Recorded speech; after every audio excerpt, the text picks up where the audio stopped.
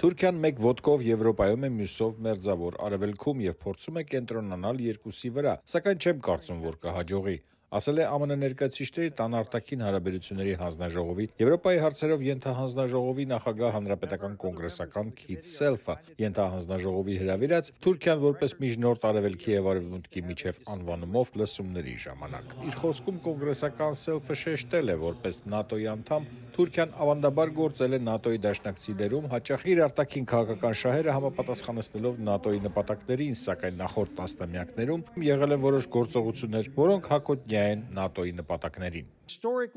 Պատմականորեն Թուրքիան ՆԱՏՕ-ի հարավ-արևելյան դարպասն էր հին Խորհրդային Միության դեմ, սակայն նախորդ տասնամյակի ընթացքում այդ տարածաշրջանը ամուր պահելու Թուրքիայի հանձնառությունը սկսել է թուլանալ։ Ենթահանձնաժողովի բարձրաստիճան կոնգրեսական դեմոկրատ Ուիլյամ Քիթինգի կարծիքով մի շարք հարցերով, օրինակ Ուկրաինայի տարածքային ամբողջականությանն աջակցելու, Սև ծովում ուկրաինական ցորենի արտահանման համաձայնագրի վերաբերյալ Թուրքիայի որդեգրած դիրքորոշումները ողջունելի են, սակայն որոշ դեպքերում խնդրահարույց, ներառյալ Համաս ահաբեկչական խմբավորմանը ցուցաբերվող աջակցությունը, ռուսական S-400 հրթիռների ձեռքբերումն ու Ֆինլանդիայի եւ Շվեդիայի ՆԱՏՕ-ի անդամակցության ձգձգումը։ Թուրքիայի հետ մեր երկկողմ հարաբերություններում ունենք տարբեր դրսևորումներ։ ԱՄՆ-Թուրքիա հարաբերությունները գնահատելիս կարևոր է գիտակցել, որ երկու կողմերն էլ պետք է նպաստեն եւ աշխատեն ի շահ մեր հարաբերությունների եւ մեր անվտանգությանը ողջ աշխարհում։ Երկու կուսակցություններից ավելի քան մեկ տասնյակ կոնգրեսականների մասնակցությամբ լսումներին մի շարք հիմնահարցերի հետ մեկտեղ անդրադարձ եղավ Թուրքիայի վարած քաղաքականությանը հարավային Կովկասում, Հայաստանի հետ հարաբերություններին եւ Բաքվի ու Երևանի միջև խաղաղության պահպանման գործընթացին։ Նաև համոզված եմ, որ Թուրքիան պետք է օգտագործի իր լծակները Ադրբեջանի վրա եւ նպաստի Կովկասում կայուն երկարաժամկետ խաղաղության հաստատմանը։ Իր հերթին կոնգրեսի հայկական հարցերով հանձնախմբի անդամ կոնգրեսական Ջիմ Կոստան իր տարակուսանքն ու մտահոգությունն է հայտնել Թուրքիայի աճող ազդեցության, Հայաստանի հետ համաձայնության գալու հարցում Անկարայի ցանկության բացակայության եւ Ադրբեջանի հետ Թուրքիայի ներգրավվածության վերաբերյալ, որն ըստ կոնգրեսականի վտանգում է հայկական կողմի արևմտամետ ուղեգիծը։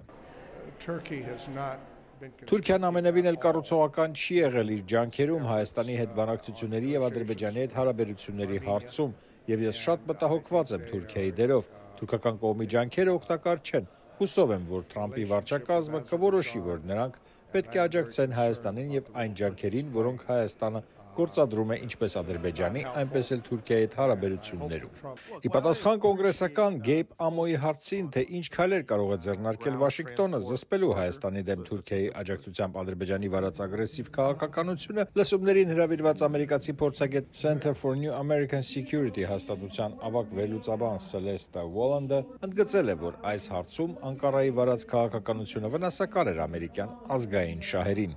Կարծում եմ թիրախավորված պատժամիջոցները, եթե դրանք օգտագործվեին որպես լծակներ, կարող էին օգնել Թուրքիային կառուցողական դեր ստանձնել հատկապես Ադրբեջանի վրա ազդելու գործում, խնդիրը դիվանագիտորեն կարգավորելու համար։ Ուոլանդն ընդգծել է Թուրքիայի քայլերը հակասել են ամերիկյան շահերին։ Անկարան նախորդ մի քանի տարիներին բացասական դեր է խաղացել հայ-ադրբեջանական հակամարտության հարցում, շարունակել է վերլուծաբանը եւ շեշտել, թե դժվար է պատկերացնել, որ Ադրբեջանը բանակցությունների սեղանին կմոտենա ողջամիտ լուծումներով առանց Թուրքիայի դրական ազդեցության։ Թուրքիայի կողմից Ադրբեջանի զինումը ներշնչեց նախագահ Ալիևին, որ նա կարող է հասնել Հայաստանի դեմ իր նպատակներին եւ տարածքներ գրավելուն այնպես, որ հանգեցնի Լեռնային Ղարաբաղի տասնյակ հազարավոր հայերի տեղահանմանը եւ նրանց փախստական դարձնելուն։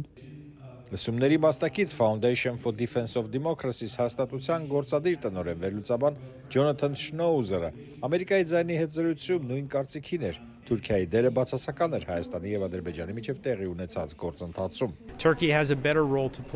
Թուրքիան կարող է ավելի լավ դերակատարում ունենալ։ Հայաստան-Ադրբեջան հակամարտությունում այն աջակցել է մեկ կողմին, ինչը նշանակում է, որ հանդիսացել է հակամարտության կողմ։ Այս մոտեցումը չպետք է շարունակվի, եթե մենք ցանկանում ենք ինչ-որ կայունություն հաստատել տարածաշրջանի այս հատվածում։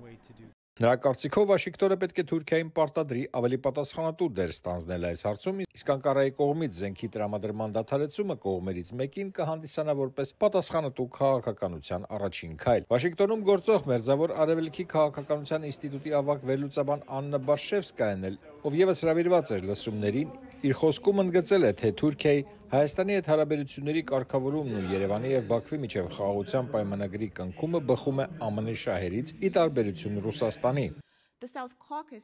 Հարավային Կովկասը կարևոր ռազմավարական կապուղի է Եվրոպայի եւ Մերձավոր Արևելքի միջև։ Հարավային Կովկասում ազդեցության կորուստը կվնասի Ռուսաստանին ռազմավարական առումով, քանի որ դա ցույց կտա Ռուսաստանին, որ այն այլևս չունի նույն աստիճանի վերահսկողություն իր, այսպես կոչված, մերձավոր արտասահմանում։ Ամերիկայի ձայնի հետ զրույցում վերջինս նաև նկատել է, որ Մոսկվան ցանկանում է հետխորհրդային տարածքը տեսնել ապակայունացված, թույլ եւ Ռուսաստանից կախված, ուստի ամերիկյան շահերից է բխում ավելի մեծ կայունություն ապահովել այստեղ։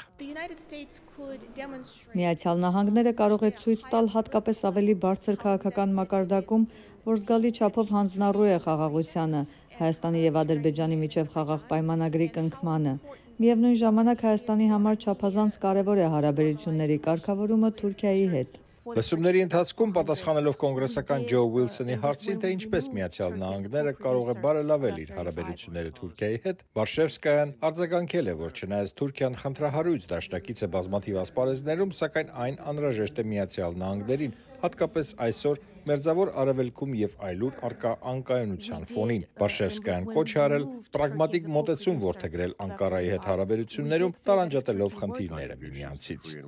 Արամ Ավետիսյան, Ամերիկայի ձայն, Վաշինգտոն։